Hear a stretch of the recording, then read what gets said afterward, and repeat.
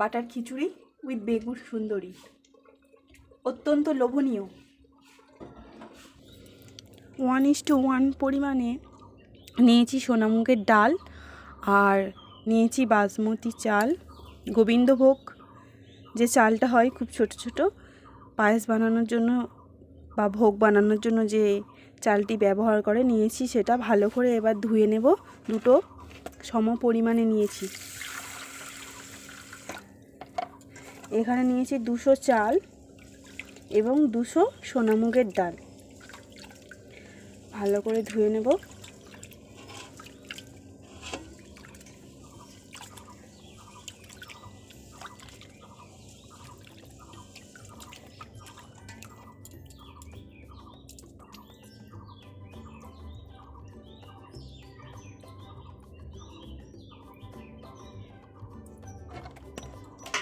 করে এতে দিয়ে দেবো 1 চামচ ঘি,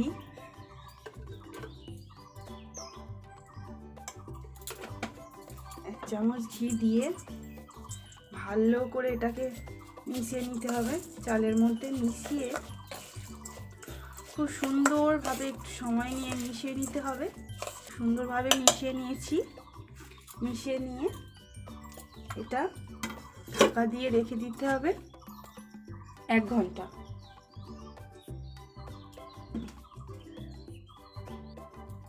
চলুন সেই ফাঁকে আমরা সবজিগুলো কেটে গুছিয়ে নিই। আমি পুরো স্টেপ বাই স্টেপ যেইভাবে অরুণদা সবজিগুলো কেটেছে বা সবজিগুলো গুছিয়েছে সেইভাবে গুছিয়ে নেব। উনি যে পদ্ধতিতে যেভাবে করেছে আমি ঠিক সেইভাবে করব। প্রথমে ফুলকপিগুলো কেটে নিলাম।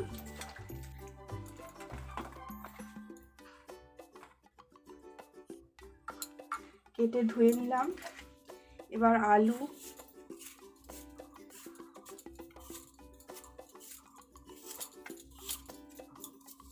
খোসা ছাড়িয়ে টুকরো করে নেব। উনি কেটেছেন এইভাবে ঠিক এইভাবে। এই আলুটাকে এইভাবে কেটেছেন উনি যেভাবে যে স্টেপ ফলো করতে বলেছেন সে একদম পার্টিকুলার সেইভাবেই করব। এইভাবে আলুগুলো ধুয়ে রেখে দেব। এবারে গাজর একটা পিল করে নিয়ে গাজরটিকে টুকরো টুকরো করে কেটে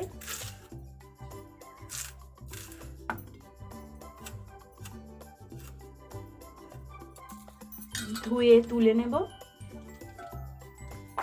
এবার বিনসগুলোকে কেটে নিচ্ছি এইভাবে লম্বালম্বিভাবে। দেখুন কিভাবে কাটছি, এইভাবে কেটে নেব।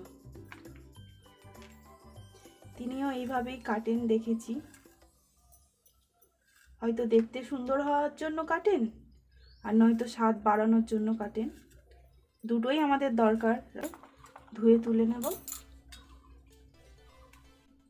এবারে মটরশুঁটি ছাড়িয়ে ধুয়ে নেব, ধুয়ে তুলে রাখবো।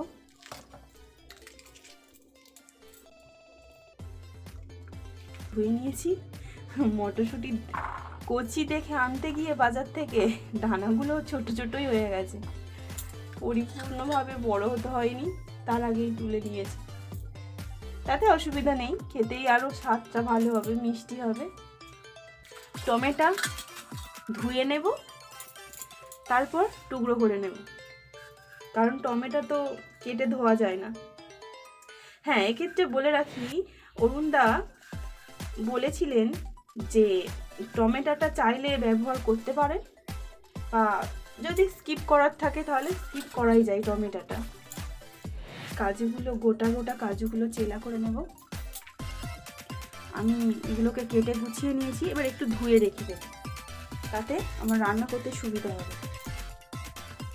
এই যে ফাটল ধরেছে এর মধ্যে থেকে একটু ঢুকিয়ে দিলেই জল পড়বে, চেপে একটু ঢুকিয়ে দিলেই ব্যাস।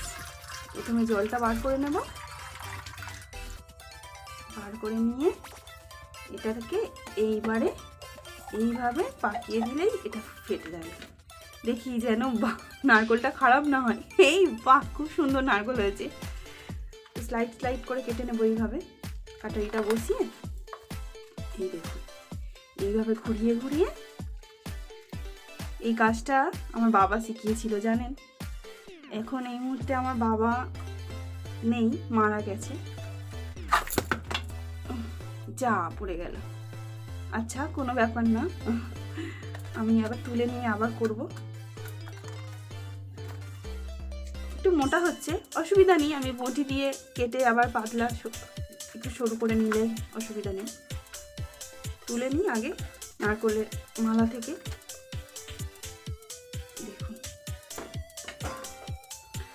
আপনার তো আমার সবজির খোসাগুলো পরিষ্কার করতে প্রায় 1 ঘন্টা হয়ে এসেছে। ওই 7 মিনিট মতো বাকি আছে। এবার হাঁড়ির মধ্যে জল দিয়ে জলটাকে গরম করতে হবে। চলুন দেখে নিই, গরম হয়ে গেছে।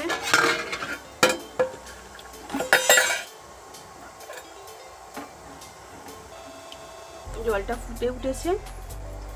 সেই ঘি মাখানো গোবিন্দভোগ চাল আর সোনামুগের ডালটা এর মধ্যে দিয়ে দেবো। দেখুন, গোবিন্দভোগ চালটা আর ডালটা যে ঘি মাখিয়ে রেখেছিলাম কতটা ফুলে উঠে কতটা বেশি হয়ে গেছে, পরিমাণে যেন বেশি মনে হচ্ছে। এবার এটা দিয়ে দেব। এই রান্নাটা জোগাড় করতে বেশি সময় লাগে, রাঁধতে খুব একটা বেশি সময় লাগে না। চালগুলো দিয়ে দিয়েছি, এখনই দারুণ গন্ধ বেরোচ্ছে ঘি ও চালের। আমরা সাধারণত খিচুড়ি রান্না করার সময় ডাল ভেজে ব্যবহার করি। ঠিক আছে, দেখাই যাক। চাপা দিয়ে ফুটতে দেব। ততক্ষণে বেগুনটা ধুয়ে কেটে নিয়েছি, এবারে নুন দিয়ে দেব।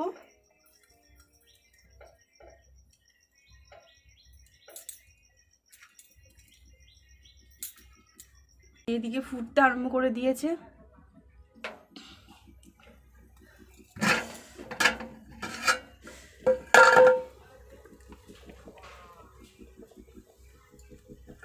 এই মতো অবস্থায় চাপা দিয়ে গ্যাসটাকে বন্ধ করে দেব, দিয়ে রেখে দেব। নুন দিয়েছিলাম, এবার একটু হলুদ দিয়ে দেব। হলুদ দিয়ে ভালো করে মাখিয়ে দেব।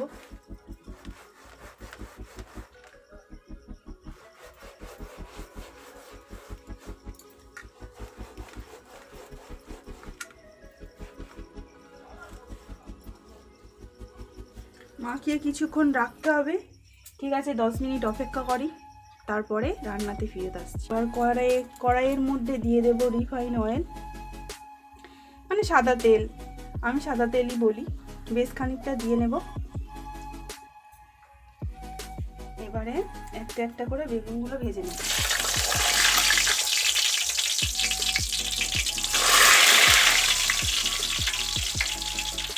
এবারে বেগুন ভাজতে দিয়ে হাঁড়ির মধ্যে দিয়ে নেব ফুলকপি, গাজর, আলু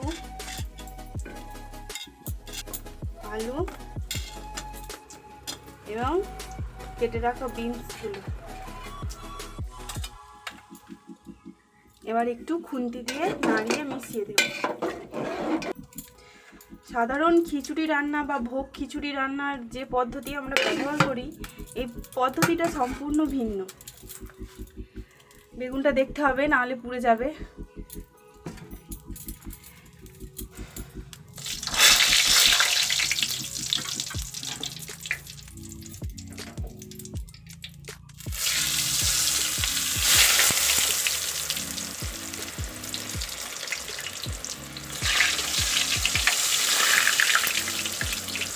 এখানে মিডিয়াম টু লো আঁচে এটা ভাজতে হবে, বেগুনটা ভাজতে হবে, উল্টে পাল্টে ভাজতে হবে বা কম আঁচে ভাজতে হবে। আর স্বাদটাকে একটু হয়ে যাবে। একটা হয়ে গেছে, আমি নিয়ে প্লেটের মধ্যে রাখবো। তেলটাকে ঝাড়িয়ে ঝাড়িয়ে তুলবো যাতে এক্সট্রা তেলটা বেরিয়ে যায়। এই যে তুলে নিয়েছি এবং দ্বিতীয় ব্যাচে আরও 2টো ছেড়ে দেব, কারণ আমি 4টে বেগুন সুন্দরী করছি। হ্যাঁ, সবসময় মনে রাখতে হবে প্রথমে বেগুনের বাইরের দিকটা মানে স্কিনের দিকটা দিয়ে ভাজতে হবে, নাহলে বেগুন বেশি কালো হয়ে গেলে তিতো হয়ে যাওয়ার ভয় থাকে।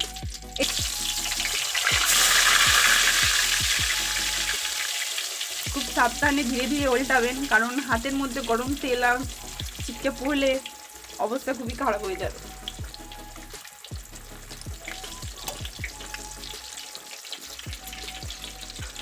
আচ্ছা, এটা উল্টে দেওয়ার পরে দেখি একটু খিচুড়িটা নাড়িয়ে দিই, যদি লেগে যায়।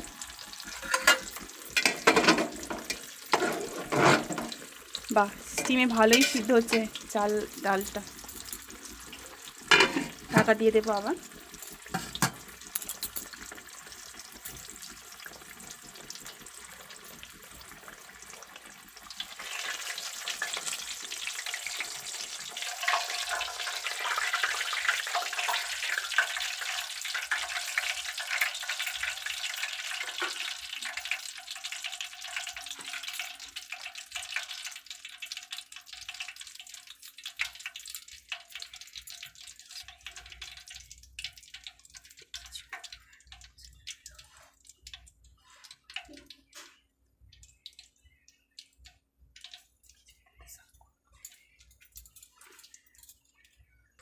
চলুন, উল্টে পাল্টে ভাজা হয়ে গেছে, এইটাকে তুলে নেব।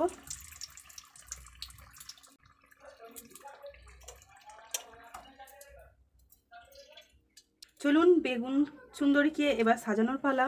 প্রথমে খানিকটা বাটার নেব, বাটার নিয়ে বেগুনের গায়ে প্রলেপ লাগাবো। সুন্দর করে, খুব বেশি নয়, অল্প পরিমাণে প্রলেপটা লাগিয়ে নেব প্রত্যেকটাই। খুব সুন্দর বেগুনটাকে ভাজা হয়েছে, একটু চুঙেও যায়নি, আর বেশ খুব সুন্দর, দেখতেও খুব সুন্দর হয়েছে।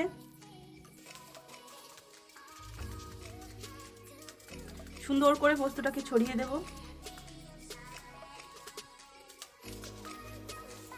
সদ্য আচ্ছা, একটু জিরের গুঁড়ো ভাজা, শুকনো কলাই ভাজা, জিরে গুঁড়ো শুকনো কলাই ভেজে গুঁড়ো করা।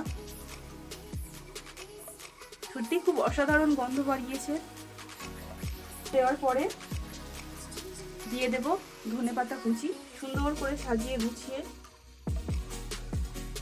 সুন্দরী দিতে হবে হোয়াইট পেপার অল্প পরিমাণে, ভালো করে ছড়িয়ে দেব। আমাদের রেডি হয়ে গেছে বেগুন সুন্দরী, কিন্তু এক্ষুনি সার্ভ করব না, খিচুড়িটা রান্না করে তারপর সার্ভ করব। তেলে বা বেগুন সুন্দরী বানানোর তেলে দিয়ে দেব বাটার,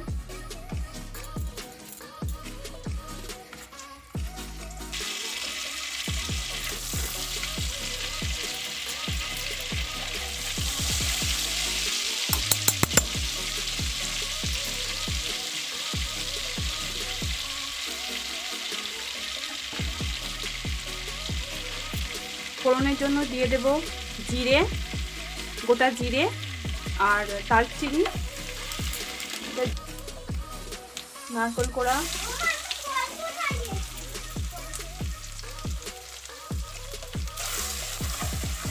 নারকেল স্লাইস, তারপরে কাজু কিশমিশ দিয়ে নেব।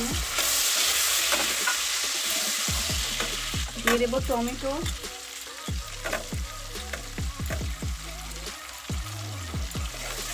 এবার ভালো করে কষাতে হবে। ভালো করে কষানো হয়ে গেলে এবারে দিতে হবে 1 চামচ হলুদ গুঁড়ো, 1 চামচ লাল লঙ্কার গুঁড়ো ঝালের জন্য, 1 চামচ কাশ্মীরি রেড চিলি পাউডার দিয়ে ভালো করে কষিয়ে নেব, নাড়িয়ে চাড়িয়ে কষিয়ে নেব। কাঁচা জিরে গুঁড়ো, এবার একটু গরম জল দিয়ে দেব, গরম করে রাখা জল।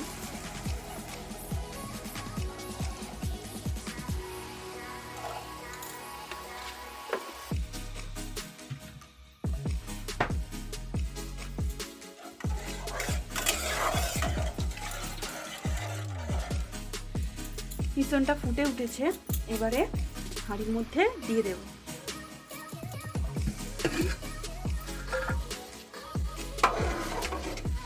একটা ফেনা ভাতের মতো একটা টেক্সচার এসেছে, যেন মনে হচ্ছে ফ্যান ভাত। মিশ্রণটা ফুটে উঠেছে ভালো করে, এবারে এটা হাঁড়ির মধ্যে দিয়ে দেব।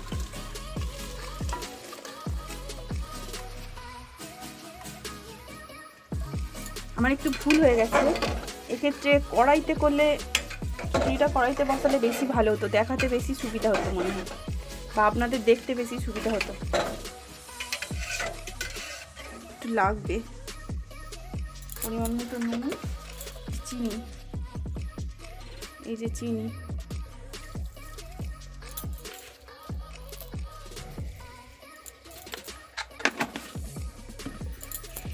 এটা ফুটতে থাকুক, আমি ঢাকনা দিয়ে দিই, এটা ফুটতে থাকুক। আমাদের বাটার খিচুড়ি প্রায় শেষের পথে, এটি একটু ঘন ঘন নাড়াতে হবে, নাহলে তলায় লেগে যাওয়ার সম্ভাবনা বেশি। এই সময় আমরা মটরশুঁটিগুলো দিয়ে দেব। একটা অনুরোধ করি, যদি এই রান্নাটা আপনাদের ভালো লেগে থাকে অবশ্যই কমেন্ট করবেন, লাইক করবেন, সাবস্ক্রাইব করে পাশে থাকবেন। যদি 50 জন কমেন্ট করেন এবং সাবস্ক্রাইব করেন চ্যানেলটিকে, তাহলে আমি এই রেসিপিটি কোন প্রোগ্রাম থেকে পেয়েছি, অরিজিনাল এই অরুণদার রেসিপি একটা নয়, দুটো রেসিপিই আমি পেয়েছি সেখান থেকে, আমি সেইটার কথা পরের দিনের ভিডিওতে বলবো। আপনারা যদি 50 জন কমেন্ট করে জানান আমাকে যে কেমন লেগেছে, বা আমার কোথায় ভুল ছিল, যা কিছু, যে কথাই হোক না কেন, যে কথাটাই আপনি কমেন্ট করে জানাবেন। যদি 50 জনের বেশি আমাকে কমেন্ট করে জানান, তাহলে আমি দেখাবো বা আমি বলে দেব যে কোথা থেকে আমি এই রেসিপিটা পেয়েছিলাম, মানে অরুণদা কোন প্রোগ্রামে এসে এই রেসিপিটা বলেছিল, আমি বলে দেবো। খিচুড়ি রেডি, এবার পরিবেশন করব।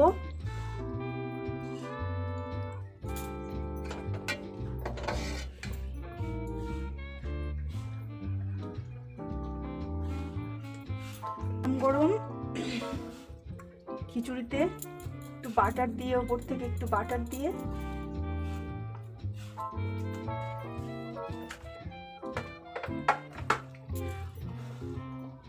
বাটার খিচুড়ি উইথ বেগুন সুন্দরী।